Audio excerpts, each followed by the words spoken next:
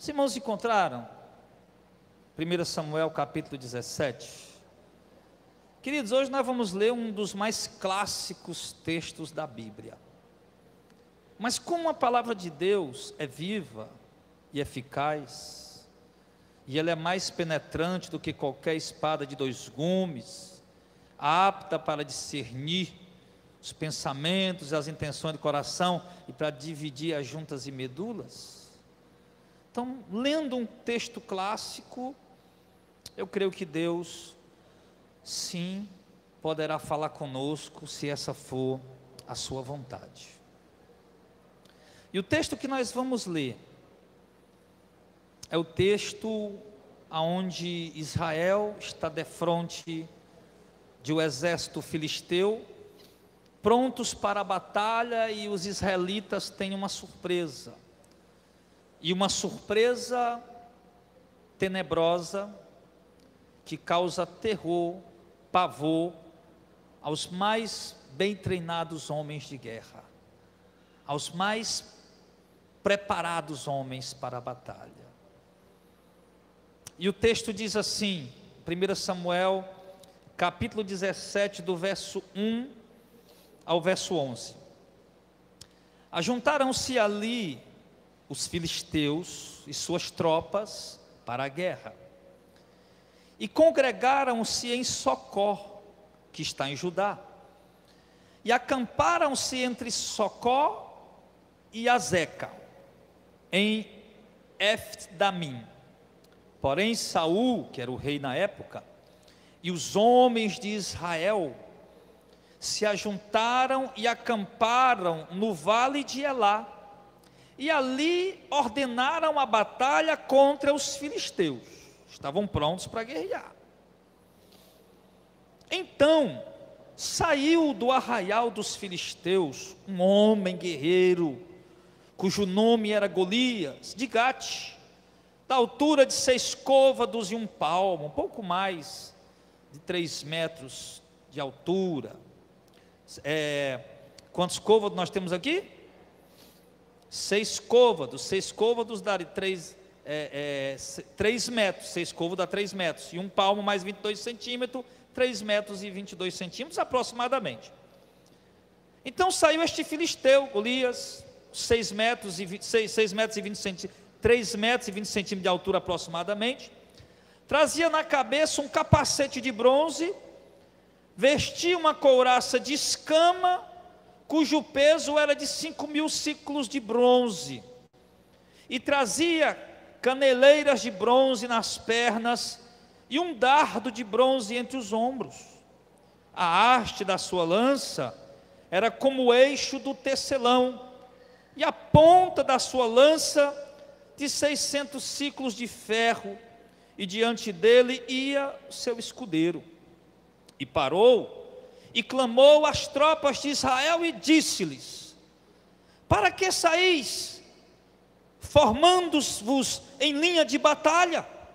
Não sou eu filisteu, e vós, servos de Saul? Escolhei dentre vós um homem que desça contra mim. Se ele puder pelejar comigo e me ferir, seremos vossos servos. Porém, se eu o vencer e o ferir, então sereis nossos servos e nos servireis. E disse mais o filisteu: hoje afronto as tropas de Israel, dai-me um homem para que ambos pelejemos. Ouvindo Saul e todo Israel estas palavras do filisteu, espantaram-se e temeram muito. Amém. Depois a gente lê mais um pouco. Israel, irmãos, nesse momento da história, era uma nação composta por homens guerreiros, homens destemidos, homens valentes, homens prontos para a batalha, e homens que não fugiam de uma boa guerra. E agora eles estão diante de mais uma batalha, estão no campo de guerra para enfrentar um velho adversário, os filisteus. Só que enquanto eles estão ali, os filisteus de uma banda, os israelitas de outra, inesperadamente e de uma forma surpreendente, surge um homem com mais de 3 metros de altura, com uma armadura absolutamente intransponível por qualquer arma feita pela mão do homem naquele momento, na existência do homem naquela hora, era impossível de transpor a armadura daquele homem. Além dele ser um gigante, estava bem aparelhado, bem armado, e ainda por cima tinha o seu escudeiro. E aquele homem, de forma soberba, de forma prepotente, confiando em si mesmo, diz que não há necessidade de guerra. Isso porque, obviamente, ordenado pelo seu rei, não queremos que morra nenhum dos nossos.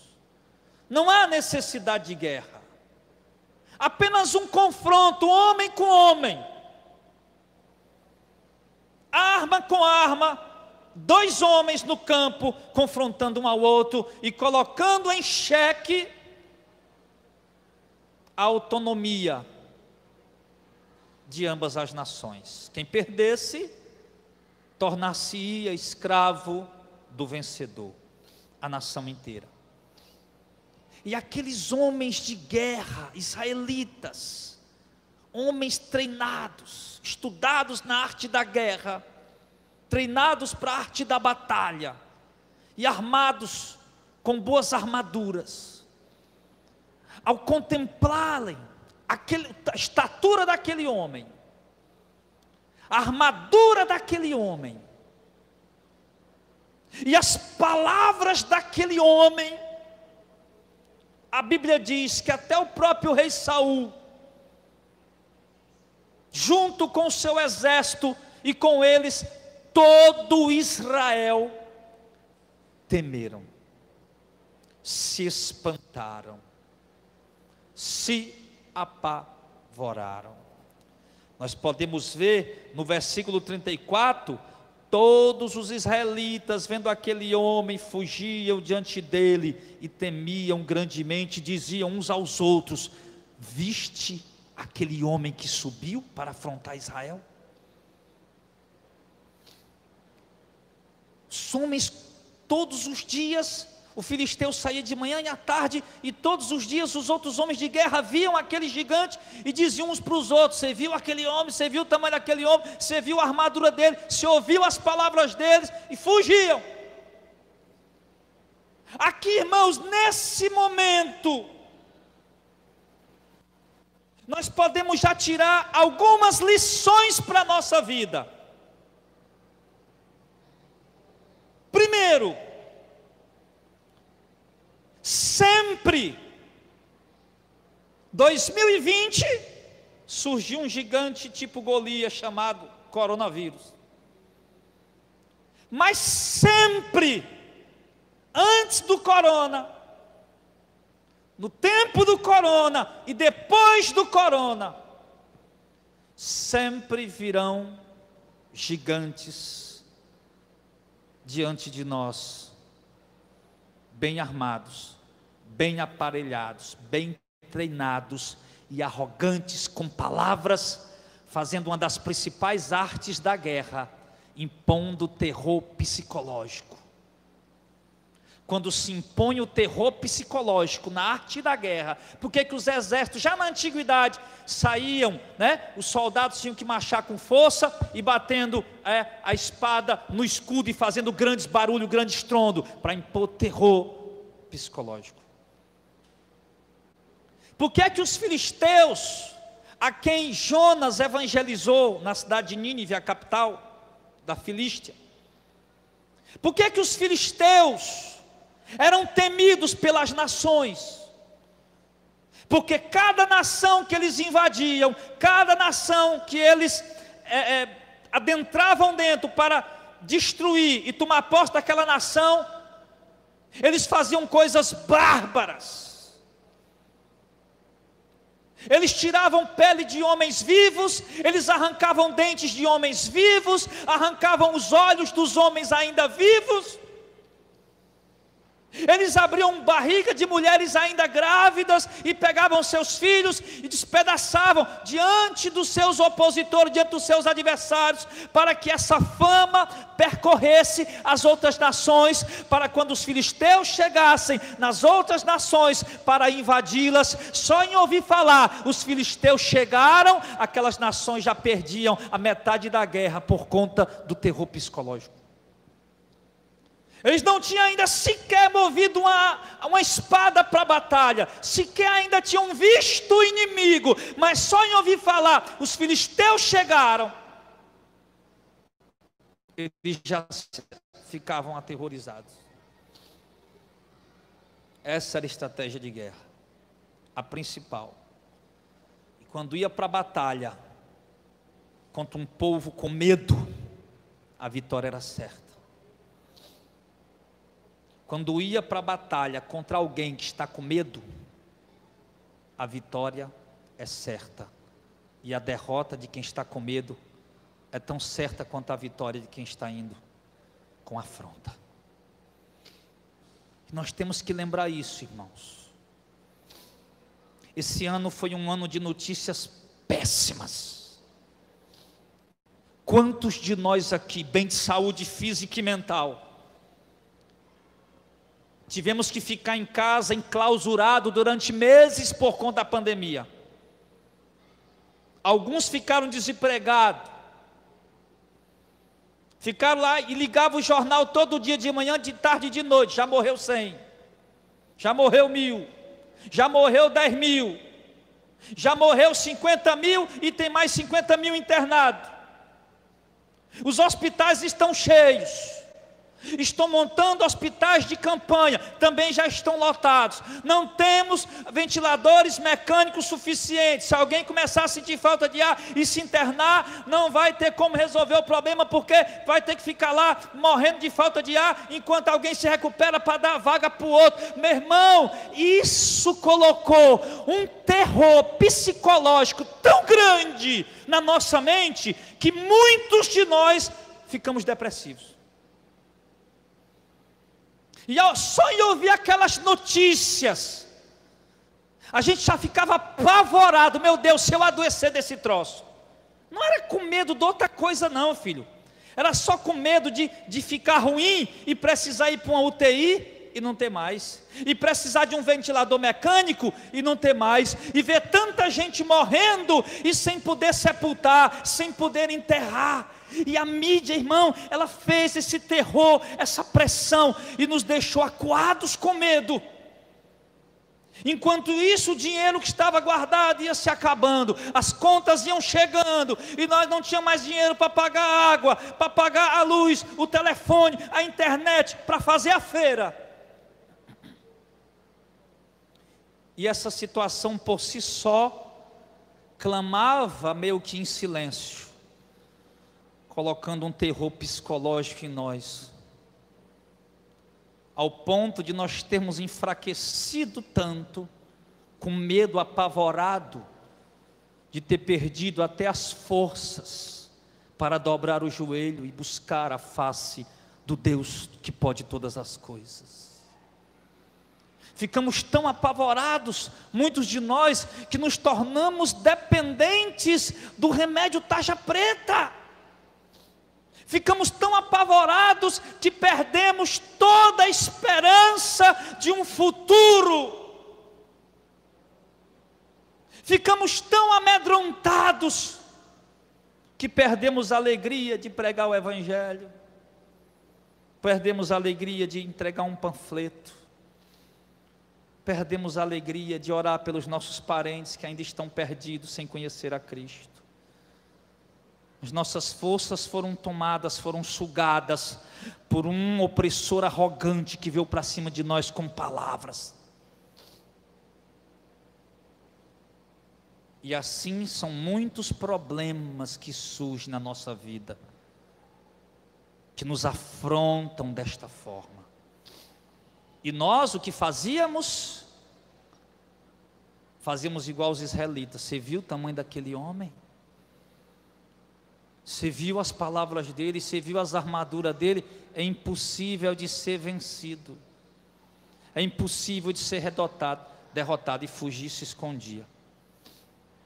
Os dois falando na carne, o Golias gigante falando na carne: eu vou vencer, ninguém vai me derrotar, vem lutar comigo. Os israelitas do mesmo jeito: nós vamos perder, não adianta lutar, nós estamos lascados, não tem jeito para nós.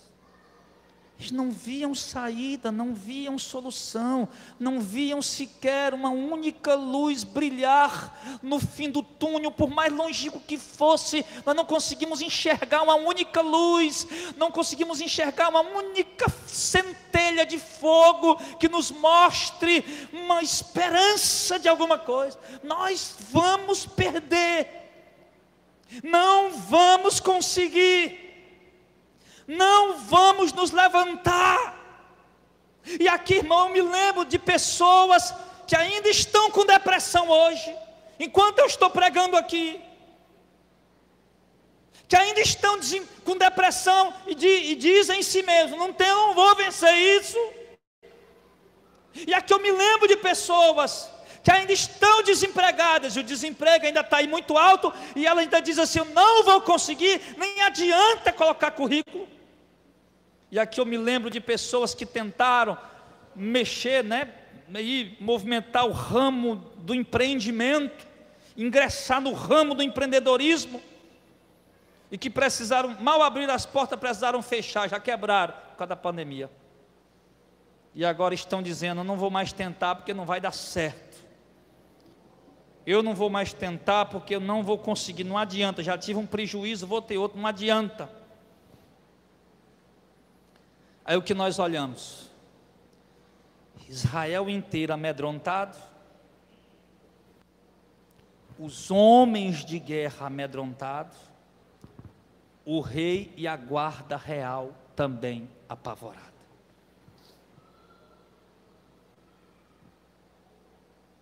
É isso que nós estamos vendo, irmãos, acontecer nas três principais áreas: social, política, religiosa, sendo que obviamente as três estão incutidos dentro da sociologia, obviamente, são áreas distintas.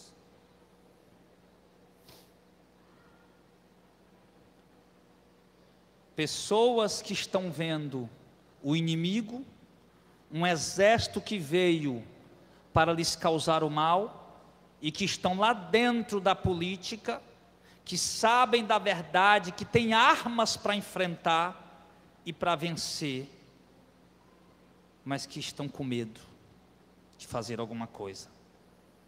E ao invés de lutar para tentar vencer e trazer à tona a roubalheira que existe, o medo lhes faz calar.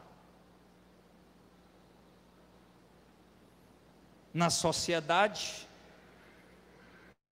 aqueles que entendem o que é correto, o que é ético, o que é bom, que teriam argumento para repreender os jovens depravados, traficantes que matam, que assassinam, as prostitutas que vendem seu corpo, já não querem abrir a boca para falar, porque em muitos casos eles são oprimidos e acabam tendo sua vida tirada, são mortos, assassinados. Olhamos para dentro da igreja, vemos um pequeno grupo que está enxergando a verdade, que está enxergando a opressão dos senhores dono da igreja, dos senhores mandantes da igreja, que estão enxergando a sua opressão, o que eles estão fazendo com os mais simples, com os mais pobres, com os menos instruídos. Não me refiro propriamente a menos instruídos na questão de graduação ou diplomática, na questão secular, mas menos instruídos e menos conhecimento bíblico. E eles oprimem, maltratam, escravizam as pessoas. E uma meia dúzia que está vendo, que está enxergando, que sabe o que tem que dizer, o que tem que falar, tem ficado calada porque está com medo, porque foi afrontada, porque disseram que era para ele se calar, para ele não dizer nada, para ele ficar na dele. E assim, os exércitos continuam no acampamento, mas a batalha já está sendo travada na mente. Era o que estava acontecendo aqui. A batalha já estava sendo travada na mente. Israel estava perdendo aquela batalha, porque um homem falava e mostrava o que podia fazer por sua grandeza. Israel, ao olhar com o olhar humano para a grandeza daquele homem, para as palavras que ele dizia, sabia que ele podia fazer, temiam. E a batalha travada nas palavras, no psicológico, Israel ia perdendo naquela batalha. Mas só, queridos, que de repente no cenário, eu quero destacar aqui alguns nomes. Eu quero destacar 3 nomes apenas. O nome do Golias, que é o gigante, que é de fato o nosso inimigo, de todos nós. Esse Golias, esta noite, nessa pregação, ele representa qualquer problema que você vai enfrentar no percurso desse ano, 2021. Esse Golias, esse gigante, ele representa qualquer grande obstáculo, qualquer grande muralha, qualquer grande problema gigantesco que você vai ter que enfrentar nesses 365 dias. E até mesmo em toda a sua vida. Ele é o nosso inimigo, o nosso adversário. Depois eu quero destacar um outro personagem, que era um soldado, um homem sisudo, preparado para a batalha, chamado Eliabe, filho de Jessé, o mais velho filho de Jessé, irmão de Davi. Eliabe estava lá, também vendo aquele gigante, era crente, cria em Deus, sacrificava a Deus, pagava seus votos conforme a lei orientava. Estava lá, mas estava com tanto medo quanto qualquer um incrédulo que estava por ali também. Aí surge o terceiro personagem que eu quero destacar. Os outros todos estão calados, só sabem falar palavras negativas. Você viu o que ele falou? Você ouviu o que ele falou? Você viu o tamanho dele? Você viu as armas dele? Vamos se esconder, vamos fugir. Surge o terceiro personagem. Um cidadão que, ao olhar assim para a aparência dele, uma aparência gentil, ninguém dava nada por ele. Um jovem. Mas esse jovem, o primeiro dia que chegou no acampamento, que ouviu a afronta do gigante, no final do verso 26, lá no final do verso 26, quem é, pois, este incircunciso filisteu para afrontar os exércitos do Deus vivo? Um homem resolveu falar pela fé. Alguém resolveu usar o homem de Deus no meio daquela guerra psicológica. Era uma guerra no campo terreno, físico, mas que iniciou-se no campo psicológico. E que os crentes estavam perdendo, porque estavam olhando, dando ouvido, observando e dizendo: é mesmo, não tem como a gente vencer. Mas surgiu um crentezinho abestalhado no meio ali do negócio. Um menino, trazendo um bocado de queijo nas mãos, amontado no jumento. Quem quer dar crédito a um menino que veio montado no jumento, trazendo queijo para dar de comer os homens de guerra? Ninguém ia dar crédito a uma criatura daquela. Vestido com a sua bata, com o seu bornalzinho que a gente chama aqui, né? Aqui no Ceará, aquele seu bornalzinho aqui, amarrado na cintura, o seu cajadozinho de tanger as ovelhas, e a sua baladeira, pendurada em alguma coisa aqui nos ombros, e sujo por ali, meio assanhado, meio sujo, meio abestalhado, meio atordoado, com os queijos na mão.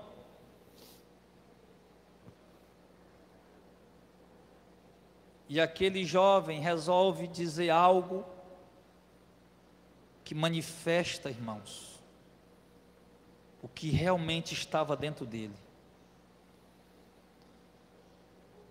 Ele perguntou: quem é este filisteu? Ele não disse: quem é esse gigante filisteu? Quem é este enorme filisteu? Quem é este poderoso filisteu? Não, ele disse: quem é esse filisteu? Ele é um filisteu como qualquer outro filisteu. E quem é esse filisteu?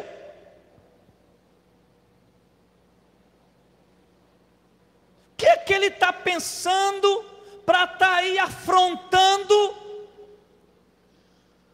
o exército de Israel? Não. O que é que ele está aí afrontando? O que é que ele está pensando para estar aí afrontando o exército de Saul? Também não. Ele disse: quem é esse filisteu que está aí afrontando o exército do próprio Deus que criou todas as coisas, que é vivo e que pode tudo? O que ele está pensando que é? Para afrontar o exército de propriedade divina do próprio Deus. Eu não sou pregador pentecostal não, irmão, mas deixa eu te dizer uma coisa aqui. Tu és igreja, tu és a noiva do próprio Deus, e o teu noivo tem um zelo, ciúme, zelo de ti, que ninguém faz ideia. Ai de quem ousar tocar em você. Tu és exército do Deus vivo. Tu és um povo comprado, adquirido. Ele veio, pagou o preço. Quanto é? É tua vida. Ele pagou o preço por ti. Tu pertence a Ele. Quem é o mundo para te afrontar? Quem é o mal? Qualquer coisa para nos impor medo, terror ou pavor. Se o próprio Jesus disse: não temam os homens, não temos que matam o corpo, porque nada mais eles podem fazer. Temam antes aquele que tem o poder de matar e jogar a alma no inferno. A Ele vocês devem temer. Ou então poderíamos dizer como o próprio salmista: com eles está o braço de carne, conosco está o Senhor nosso Deus, o Senhor dos exércitos.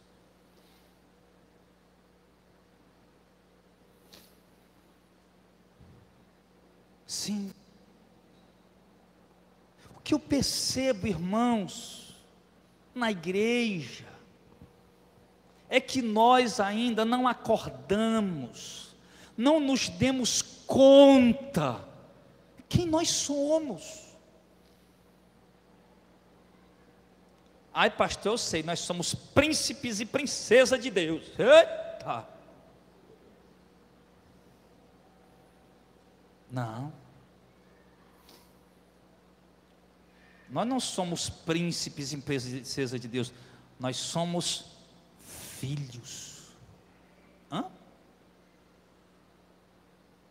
E se somos filhos, disse o apóstolo Paulo, somos herdeiros também. Herdeiros do próprio Deus, co-herdeiros do próprio Cristo. Se com Ele sofremos, também com Ele seremos glorificados. Porque estou certo que as tribulações do tempo presente não se comparam com a glória que em nós há de ser revelada.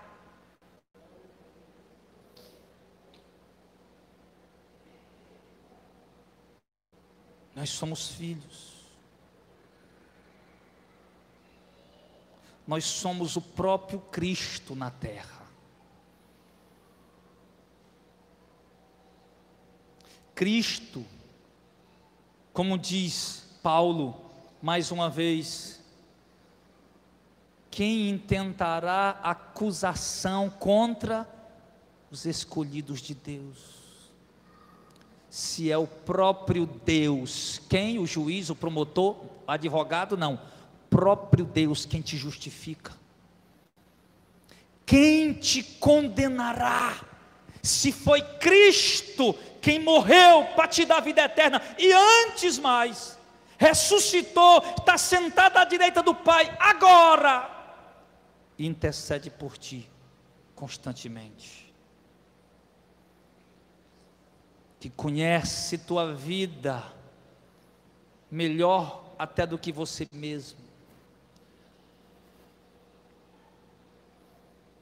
Lá está a Janaína sentada bem acolá. A única coisa que eu posso ver é o semblante dela.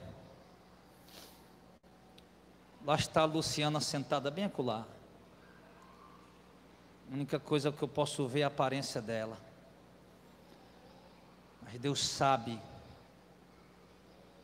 o que ela passou hoje de manhã, de tarde, antes de vir para o culto. Os 7 dias dessa semana passada, os 31 dias desse mês passado, os 366 dias desse ano bissexto passado, cada mês, cada dia, cada hora, cada segundo, cada instante, Ele esteve com elas, sem que elas muitas vezes percebessem. Aí nós vamos temer a afronta de um filisteu, filho do capeta, filho do diabo, só porque ele está falando grosso, só porque ele está falando bonito, só porque ele tem dinheiro, só porque ele tem poder, só porque no status social ele está lá em cima.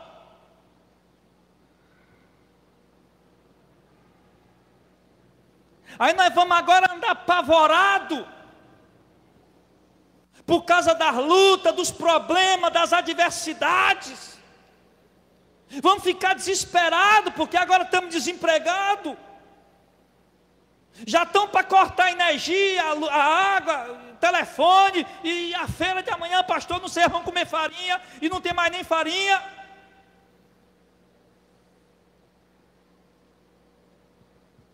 Nós não temos mais joelhos para dobrar e falar com aquele que é impossível que não ouça a nossa oração. Nós não temos mais boca para direcionar nossas palavras àquele que do nada criou todas as coisas. Haja luzeiros no firmamento, pareceu o sol, a lua, as estrelas. Terra se separe da porção, água se separe da porção seca. Mares, vá mais para lá, mar, mais para lá, para dar mais espaço para a terra. Venha só até aqui. Ele fez tudo isso no princípio. Aí depois ele disse: mar, produza seres viventes conforme espécies. Terra, produza seres viventes conforme suas espécies. E tudo foi sendo feito conforme Ele foi dizendo, conforme Ele foi mandando, conforme Ele foi ordenando. E este Deus veio aqui na terra nos visitar, passou uns dias por aqui, para fazer uma transição de aliança, com propósito agora aberto para os eleitos do mundo todo. morreu, ressuscitou, e antes de subir e ficar lá, esperando o momento para vir nos buscar, Ele deu uma garantia: estou convosco todos os dias, até o ano 70. Não. Estou convosco todos os dias, até a consumação dos séculos. O que é que eu aprendo com isso? Que enquanto eu tiver fôlego de vida nessa terra, Ele está comigo. Ele está comigo como Ele esteve com Elias no ribeiro de Querite, comendo 2 refeições por dia, uma de manhã, outra de noite. Ele está comigo como Ele estava com a viúva de Sarepta, que não tinha mais nada para comer, um punhado de farinha na botija e uma xícara de azeite na panela. Ele está comigo. Ele está comigo, está contigo, como Ele esteve com os 2 discípulos em caminho de Emaús, e conversando, batendo um papo, e os discípulos diziam: não ardia o nosso coração quando Ele nos expunha a Escritura? Era Ele, nós nem o percebemos. Ele está conosco.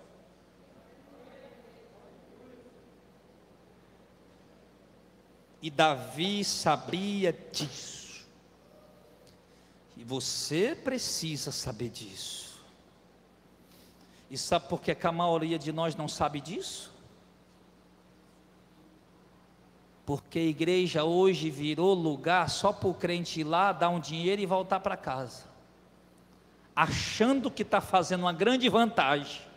Recebeu o dinheiro, 13º, vou lá na igreja deixar a metade, aí volta vantagem medonha. Pensa numa vantagem grande. Aí volta morto de satisfeito. Um mentiroso bota na cabeça dele que ele é um homem de fé porque fez aquilo.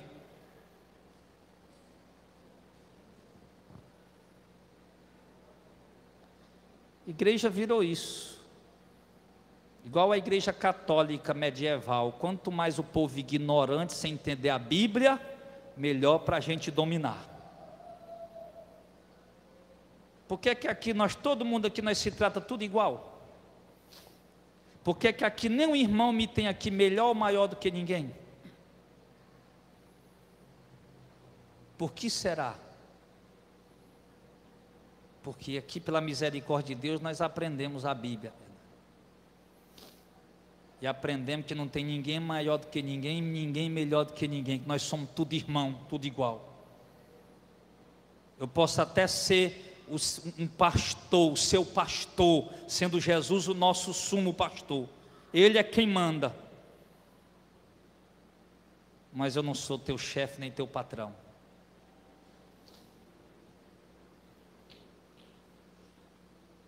Não precisa andar com medo. Irmão, pode ter certeza, irmão, talvez você não... Pastor, não sei, eu não estou entendendo, mas talvez você não saiba, não entenda, mas tem gente, irmão, aí, apavorado com as expectativas do que pode vir agora em 2021. Jesus falou disso em Lucas: os homens desmaiarão de terror na expectativa do que sobrevirão ao mundo, os poderes do céu serão abalados. Nós sabemos, irmãos, que o mundo está em trevas. O que é que a gente escuta desde menino? Dos crentes mais antigos que ainda tinham temor a Deus: os dias são difíceis, os tempos são difíceis. Desde menino que a gente ouve isso, e os anos têm se passado, os dias têm ficado mais fáceis, só tem piorado cada vez mais.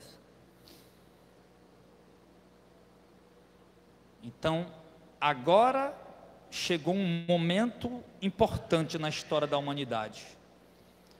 Um momento onde o Israel, vamos comparar o Israel aqui com o mundo inteiro, onde o Israel está precisando de Davis, que não olhe para o gigante, ou melhor, que mesmo que olhe para o gigante e veja o gigante, não enaltece, não glorifica o gigante, mas tem apenas ele como um filisteu comum, como um problema como qualquer outro, mas que o Senhor dos Exércitos pode resolver este problema. Só que quando Davi falou isso, o irmão do Davi, o crente Eliabe, o irmão Eliabe, a paz do Senhor, irmão Eliabe, o irmão Eliabe, o crente Eliabe, homem preparado, chegou lá, cala a boca, menino, não sabe o que ele está dizendo. Tu veio aqui só para ver a guerra, rapaz, para ver o que está acontecendo, vai-te embora, deixa de ser fuxiqueiro. Tu sabe de nada, vai te aquietar, o que é que tu está fazendo aqui? Está perguntando por quê? Tu não vai resolver nada. Tu não vai fazer nada que possa resolver nada, quer saber por quê? Vai-te embora. Mas o Davi mais uma vez foi macho. Perguntou, foi que eu fiz? O que é que eu estou fazendo agora? Igual todo irmão menor pergunta para o mais velho, né? O que é que eu fiz agora? Virou dele, ó. Como é que é o negócio aí mesmo? Foram dizer para o rei. Eu acho que o povo ficou mais assustado com o que Davi disse do que com as palavras do filisteu, do gigante. Meu Deus, esse menino é doido. Olha o que ele está falando aí, vamos falar para o rei. Falaram para o rei. Quando chegaram para o rei, foi o que o rei disse, verso 31. Ouvindo as palavras de Davi, falaram, anunciaram-nas a Saul, que mandou chamá-lo, traz ele aqui. Davi disse a Saul, não desfaleça o coração de ninguém, por causa dele, teu servo lá peleja contra o filisteu, oh glória a Deus, aleluia. Quem vai à peleja em 2021 e diga amém. Eita Deus. Teu servo, não diga, meu rei, não desfaleça o coração de ninguém, por causa deste filisteu, não, deixa que o teu servo aqui vai para a peleja. Ah Jesus, cadê os servos que vão à peleja da missão em 2021? Cadê os servos que vão à peleja do ganhar almas, do levar o evangelho às vidas perdidas em 2021? Cadê os servos que vão à peleja, o dirigir as congregações que precisam ser abertas para apacentar as ovelhas de Cristo? Cadê os servos que vão à guerra, que vão à batalha, e que acalma o coração dos outros, não fica ninguém perturbado e não precisa ter medo não, que nós vamos enfrentar na guerra, vamos para a batalha. Olha a diferença das palavras de Davi. Um falando arrogantemente, filisteu, o Eliabe, irmão de Davi, tentando afrouxar a mão do Davi, colocar medo nele também, porque tem gente que é assim, você às vezes está todo empolgado, mesmo ali na direção de Deus para fazer uma coisa, aí chega alguém, aí joga um balde d'água fria bem grande em cima da sua cabeça. Às vezes é o marido, às vezes é a mulher, às vezes é os pais, às vezes é os filhos.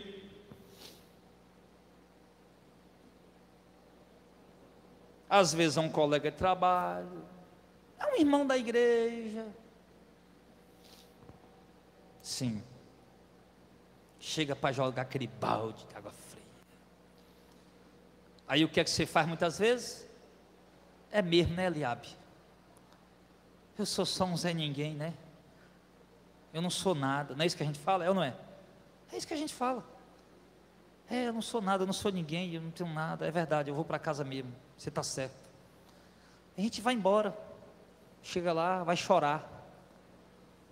Quando não compra um litro de pinga para chorar, tu manda uma pinga para poder chorar melhor.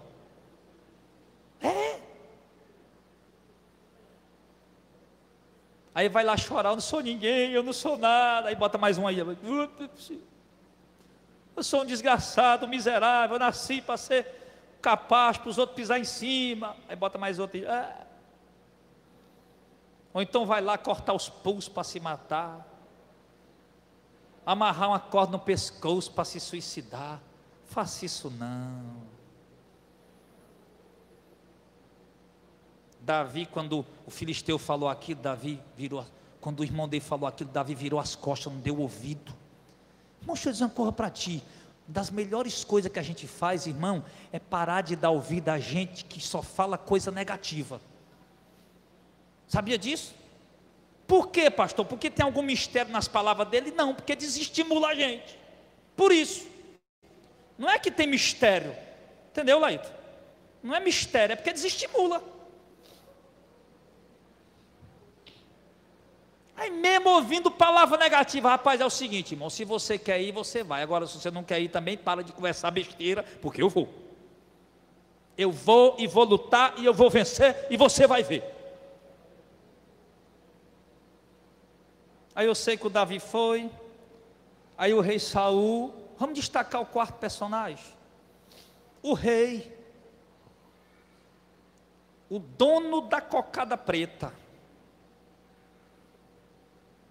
disse para o Davi: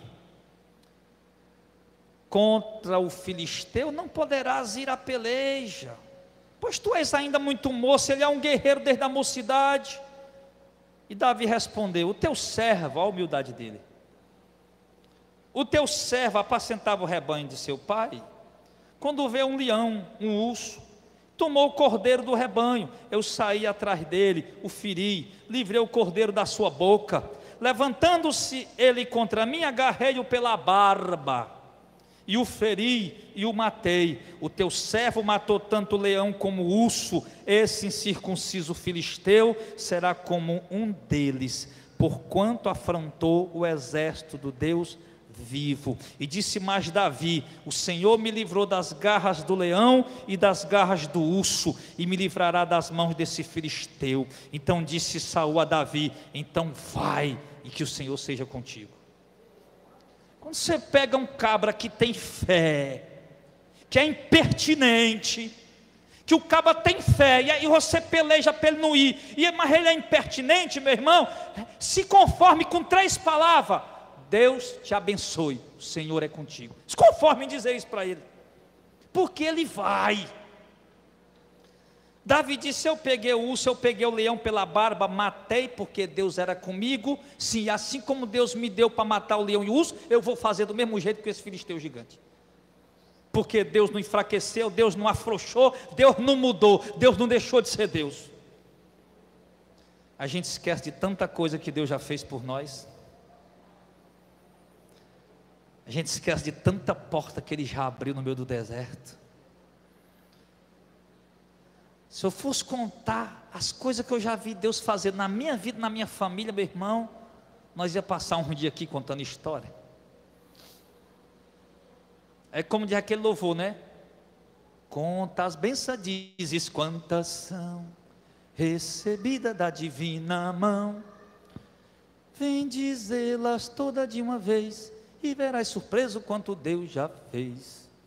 Aquele hino está tentando levar você a lembrar do que Deus já fez. Como diz também o poeta Sérgio Lopes: tente lembrar quantas vezes Jesus te abandonou. Tente lembrar se alguma vez Jesus te abandonou. Tente lembrar. Tente. Já te levantou. Você já caiu. Você já escorregou, já tropeçou, já fez um monte de besteira, e Ele consertou sempre as tuas coisas que você fez. Você já se sentiu fraco tantas vezes, Ele te deu força. Você já perdeu tantas vezes, mas Ele chegou, mudou a história e te deu vitória. Você estava passando uma privação que dizia: meu Deus do céu, de onde é que vai vir para resolver esse problema? É impossível. Papai não dá certo. Mamãe não, também não. Aquele parente não. Deus me livre, cruz credo, Ave Maria cheia de graça. Não, eu sei, meu Deus, quem que vai resolver meu problema? Aí Deus chega com a provisão. Deus chega com a bênção. Deus chega com o milagre. Deus chega para resolver. Nós precisamos, irmão, entrar esse ano nessa fé. Amém, pessoal? Pelo amor de Deus, diga ao menos um amém. Se eu estivesse pregando lá na igreja pentecostal, irmão, já tinha irmão aí voando. Os obreiros já tinham pegado e comprado corda ali para amarrar os irmãozinhos, que são os irmãos helicóptero, quando o fogo pega. Tenho certeza que os irmãos da canela de fogo já tinham batido tantas canelas, que esse chão aqui já estava em brasa.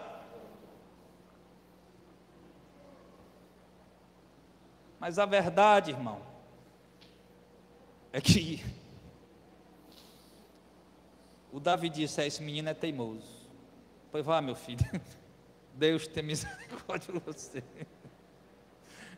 Imagina a hora isso. Ei, Gilmar, o rei Saul naquela hora, meu filho, vá, né? Aí deu a extrema-unção. Foi bom ter lhe conhecido. Nós se ver na outra vida. Tá bom, meu filho? Vá na benção. Pode ir. Meu filho que aí pode ir. O Davi foi. Tentaram ainda botar a roupa do Saul em cima dele, a armadura. Botaram. Deram a espada, esse é o todo desconjuntado. Ele disse: não, tire isso, eu não sei andar com isso não. Eu nunca usei isso. E se fosse para vencer a batalha por isso, os homens já tinham ganho. Não estão tudo usando isso? Não, eu vou só pelo nome do Senhor mesmo. Passou no ribeiro, pegou 5 pedras lisas, botou dentro do bornal, preparou a baladeira, olhou se o soro não estava meio quebrado, e disse: embora. Quando chegou lá, embora ler só o relato da batalha para nós terminar.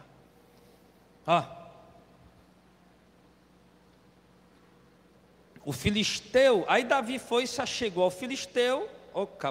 Caba de coragem. Tem uns irmãozinhos que dizem que tem fé, mas quando chega na frente do filisteu, se esconde lá de trás da pedra. Tomara que ele não venha. E o Davi não. Quando ele chegou lá de frente do filisteu, imagina o irmão dele, o Joabe, como não estava fumando numa quenga com raiva. E ele ali, irmão, quando ele chegou ali, meu irmão, ele já foi, logo foi para cima. Saiu do meio da fileira e foi para cima. E o filisteu, verso 41, também se vinha se achegando a Davi. E o seu escudeiro ainda ia na frente dele. E olhando o filisteu e vendo Davi, o desprezou, porque era um moço ruivo e de boa aparência. E o filisteu disse para Davi: eu sou por acaso algum cão, para vir a mim com paus? E pelos seus deuses o amaldiçoou. E disse o filisteu a Davi: venha a mim, eu te darei as aves do céu e as bestas fera do campo. Olha o que é que o gigante está dizendo para o Davi. Aí o Davi foi o seguinte: disse o filisteu: tu vens contra mim com espada e com lança e com escudo, eu porém vou contra ti em nome do Senhor dos exércitos, o Deus de Israel, a quem tens afrontado. Davi resolve o problema ali logo.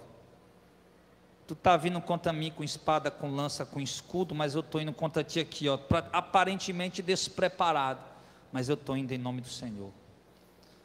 Porque, irmão, a preparação do homem e da mulher de Deus para enfrentar as batalhas da vida não é aparente, é a fé. Está dentro de você. É a fé. Às vezes você vai botar um currículo todo de paletó e gravata. 3 horas da tarde, o sol pegando fogo, parece que está nas portas do inferno. Aí vai de bicicleta. Vai de bicicleta com a gravata apertando o pescoço. Aí chega lá para se apresentar para pedir um emprego. Aí o empresário olha, tem até uma penazinha mais dispensa.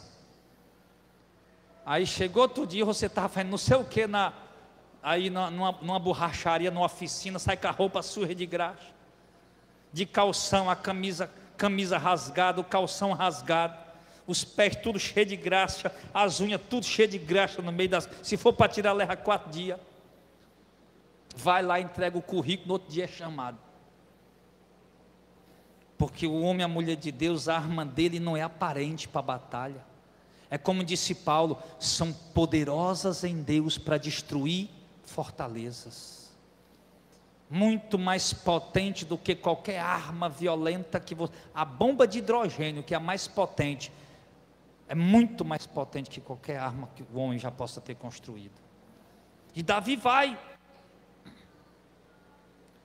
E aí Davi escuta a afronta do filisteu, diz que está indo contra ele em nome do Senhor. E Davi ainda disse mais, no verso número 44, hoje mesmo o Senhor te entregará nas minhas mãos, eu te ferirei, arrancarei tua cabeça, o cadáver do arraial dos filisteus, teus amigos que estão aí, darei hoje mesmo as aves dos céus e as bestas da terra, e toda a terra saberá que há Deus em Israel.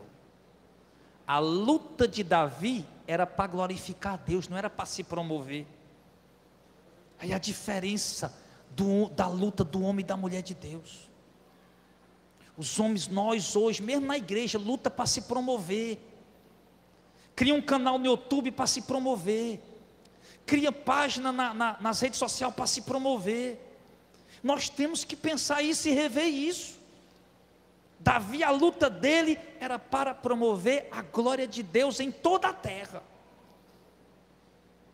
E aí, sucedeu 48, que dispondo-se o filisteu, o filisteu ficou com raiva, dispondo-se o filisteu a encontrar-se com Davi, esse apressou-se e deixando suas fileiras, correu ao encontro do filisteu, foi para cima. Davi meteu a mão no alforje, tomou dali uma pedra com a sua funda e atirou, e feriu o filisteu na testa, no meio do buraquinho que tinha do capacete. Sim, a pedra encravou-se na testa do filisteu, e ele caiu com o rosto no chão.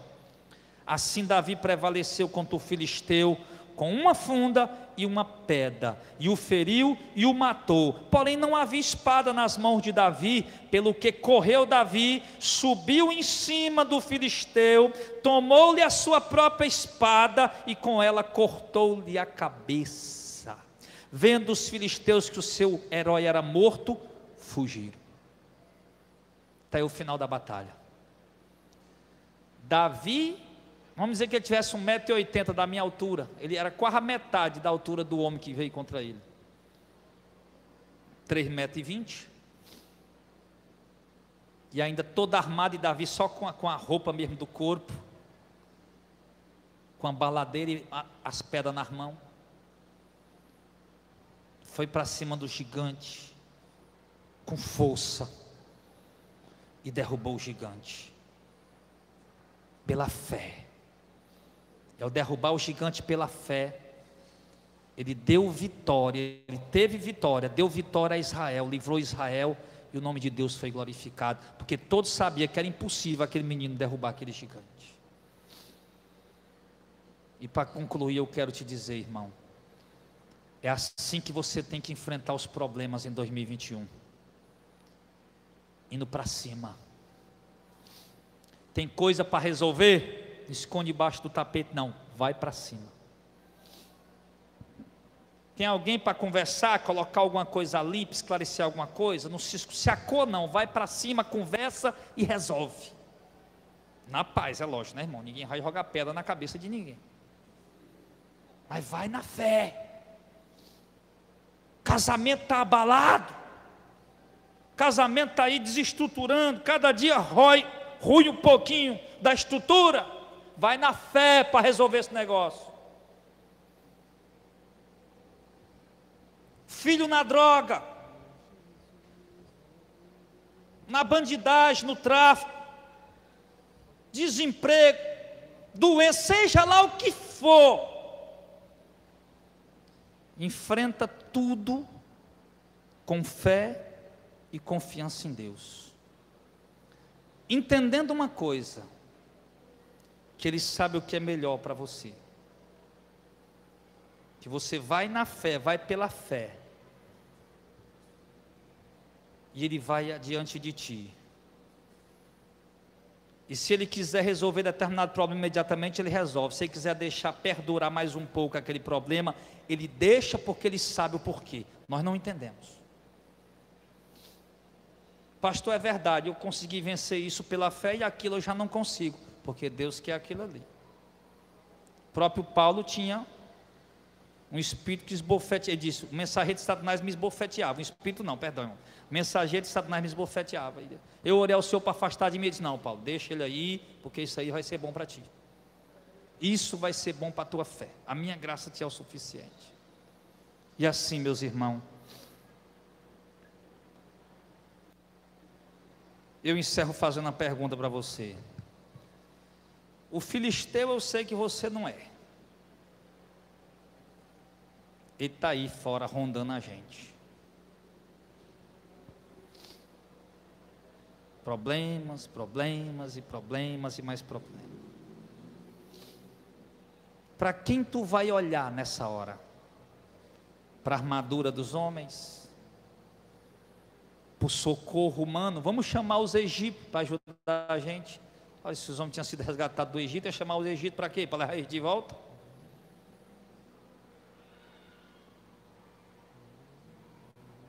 Quem é você nessa batalha deste ano que se inicia, de grandes desafios?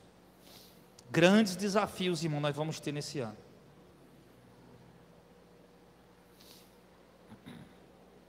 Quem é você? O Eliabe, que se acha preparado para a guerra, mas que não parte com fé, só quer usar as armas humanas e sabe que não vai vencer e para? Ou vai ser o rei Saul, que diz vai em paz, mas sabendo que a pessoa vai perder a batalha? Ou vai ser como Davi, que não vai confiar em carros, em cavalos, em armadura, nem em homens, mas unicamente em Deus, e vai vencer os problemas que vão surgir, e o nome de Deus vai ser glorificado na sua vida. É isso, irmãos, que eu desejo, é isso que eu espero, e é isso que eu peço a Deus, que cada um de vocês, do primeiro que está aqui, que é a Gabriele, até o último que está lá na portaria, o Jackson, que é o Jackson, é isso que eu desejo para todos nós, que Deus nos capacite com essa fé que Ele deu a Davi, que qualquer gigante diante de nós venha tombar com o rosto em terra, e nós venhamos triunfar, e Deus venha ser glorificado em nome de Jesus. Vamos ficar em pé.